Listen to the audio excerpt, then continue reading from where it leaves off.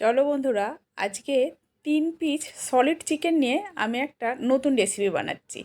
তা আমি দিয়ে দিলাম 3 পিস সলিড চিকেন, আদা কুচি, রসুন কুচি, দিয়ে দিলাম জিরের গুঁড়ো, ধনের গুঁড়ো, লঙ্কার গুঁড়ো, গরম মশলা গুঁড়ো, সব হাফ চামচ করে নিয়ে নিলাম।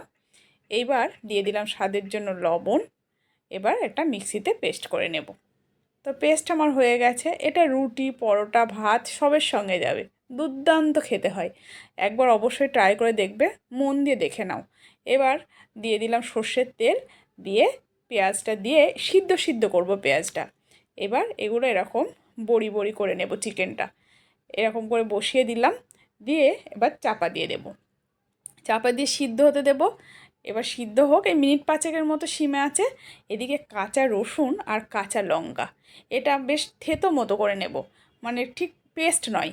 আর যদি ধনেপাতা থাকে আরও ভালো স্বাদ হবে। এদিকে আমি আটাটা মেখে নিলাম, আর আমি খাবো রুটির সঙ্গে রোল করে।